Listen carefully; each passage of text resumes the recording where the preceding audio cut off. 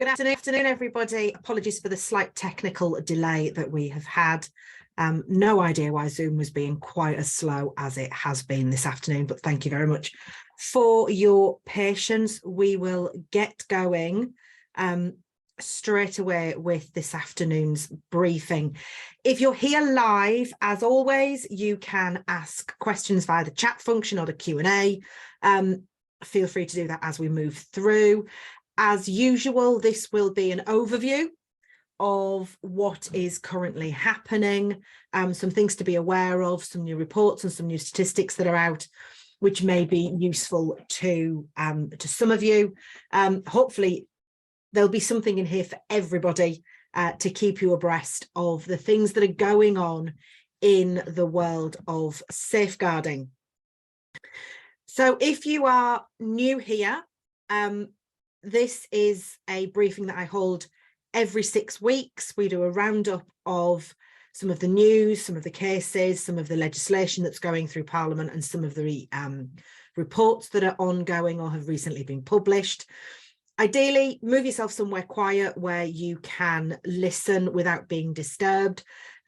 If you don't have me on mute, if you don't have me on quiet or in headphones, make sure there aren't ears around that you may not want to have a conversation with as we go through this. And like I said, if you've got a question, then please use the chat function or the Q&A if you are live. If you're watching on replay and you do have a burning question, then you can always get in touch via email as well.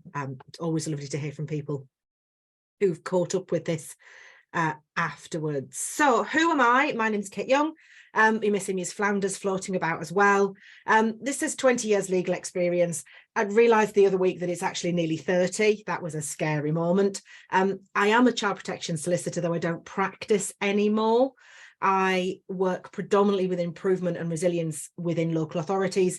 And my real passion is supporting safeguarding leads just like you who want a critical friend that's outside of their organisation, want somebody that you can bounce issues off, a safe pair of hands that you can have a conversation with. And that's exactly what I do inside the Safeguarding Leaders Hub, one of my favourite places to be. So we are specialists in supporting safeguarding professionals working with 15 to 25-year-olds. I mean, the reality is once you've got somebody over the age of 18, then it's the same bits of legislation that go on beyond that through adulthood. But 15 to 25 is a delightfully grey area. And for some unknown reason, I absolutely adore working within that age range. So if you want to have a conversation, then please do get in touch and let's see how I can help you out. All right, then. So what has been happening since our last briefing? There are a whole host of reports out. I'm going to give you some of the headlines that have come out. That the news is filled with the illegal immigration bill. We'll talk about that in a moment. Lots of conversations around the Human Rights Act as well. Again, that is something I'm really passionate about in terms of what that means for us as professionals and for the young people we work with as well. So it's very kind of all over the place at the moment, and the news isn't the best at giving you the information as to what exactly is going on. In fact, trying to find an answer about what is actually happening can be quite difficult. So what is going on in terms of reports and updates? Well, the Children's Commissioner has produced another couple of reports since our last briefing. She gave a briefing to MPs on the illegal migration bill that you can find on the Children's Commissioner's website. And again, the other report that she has published in that time since our last briefing is the report into mental health services. Now, for any of us working in and around this sector, we are fully aware of the situation going on with mental health services at the moment. We're fully aware of the issues that our young people are facing as well. Quite an enormous situation that is ongoing there.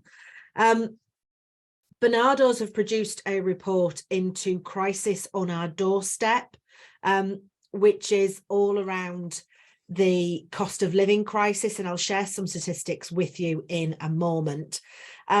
And we've also had the young person's RSE poll that's been undertaken as well. So I'm going to stop sharing my screen a moment before we move on to legal updates, and just share some of the statistics with you that have come about, so that you are aware of them. And I'll see if they will let me share my screen here. Just have to excuse the significant number of tabs I have open on my computer, but here we go. This is part of a fairly substantial report. There's 44 pages in this, but these are some of the headline statistics that Bernardo's found in their report. So 1 in 4 parents are saying they're struggling to provide sufficient food. 1 in 3 are saying their child's mental health has worsened. 1 in 7 are saying they've fallen into arrears with payments, or they've gone into their overdraft. Nearly half are worrying their children are missing out on experiencing a normal childhood because of the cutbacks. 41% are struggling to replace an essential item or find an essential item. Nearly half of parents are saying they're worried about keeping their house warm. 1 in 7 are saying their children have to share a bed.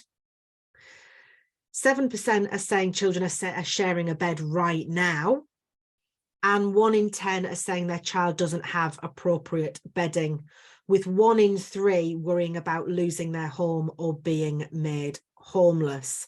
And this was a study of 1,010 GB parents of children aged 0 to 18. So that full spectrum that we're talking about. I mean, 1 in 3 is enormous about people worrying about losing their home. And there was a statistic by, I think, Shelter a number of years ago, which I think it may actually be much less than those statistics, which was the average person is 3 pay slips, 3 paydays away from being homeless. So if that meaning that if you were to lose your job in March, the average person by the time you got to June would not be able to afford their home.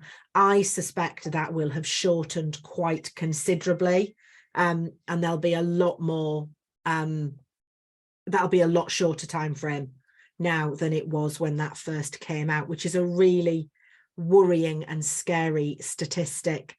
The RSE figures, let me pull these up for you. This was done by the Sex Education Forum, and this looks at that conversation around sexual relationships, around healthy relationships, sex education, all within the education sector. So this was a poll of 1,002 young people between the 1st of December 22 and the 13th of December 22. So a very small snapshot, but it was of those aged 16 and 17, so that upper age range. And for me, this is where I think it feeds into that crossover between what's happening within sort of sixth form further education, so NGCSE, sixth form further education, and then what's happening within universities and that particular age range. If you look, 40% were rating their school RSE as good or very good, which is less than half. 18% said their RSE was bad or very bad. That's really quite a chunky number to digest. 35% of these 16 and 17-year-olds would have liked more open discussion. Interestingly, the things that they say weren't covered well, which is up at the top here in this blue box, is power imbalances. We know how important that is when we think about coercive and controlling behaviour around what happens within various relationships. Pornography wasn't covered, and I talked about the issues around pornography, I think, in our last briefing. Huge issues going there. Culture and faith perspectives weren't discussed. LGBTQ plus information, 54% said it wasn't covered adequately, and 54% said healthy relationships weren't covered adequately. Things that were covered and they felt were covered appropriately were bullying, puberty, how babies are conceived and born, sexual consent, condoms and contraception. That was done really well. The other stuff, not so great at all. So there's work to be done there, clearly.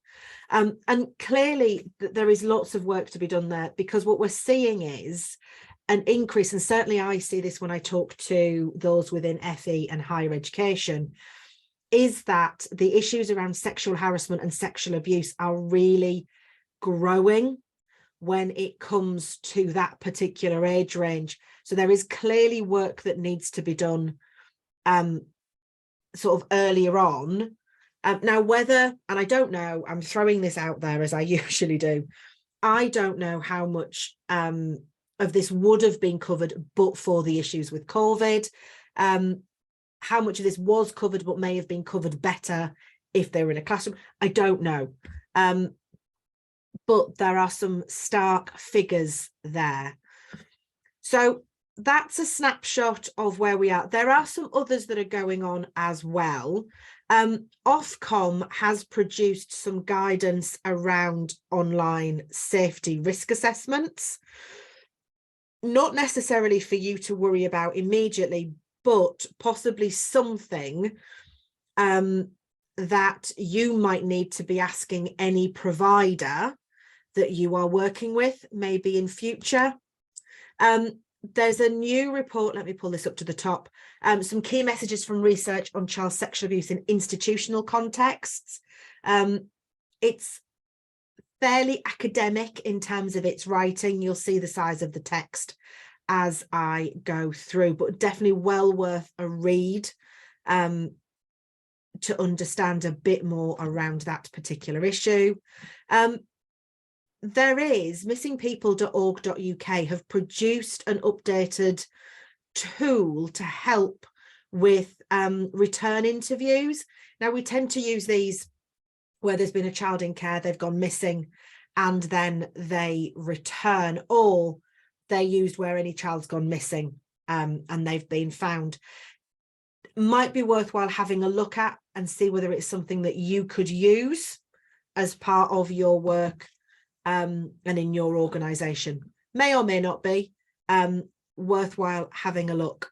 The only other one I want to alert you to then is being a young carer is not a choice, it's just what we do. This is a report by the Carers Trust that talks about the voices and experiences of young carers, and young adult carers particularly is what interests me from across the UK.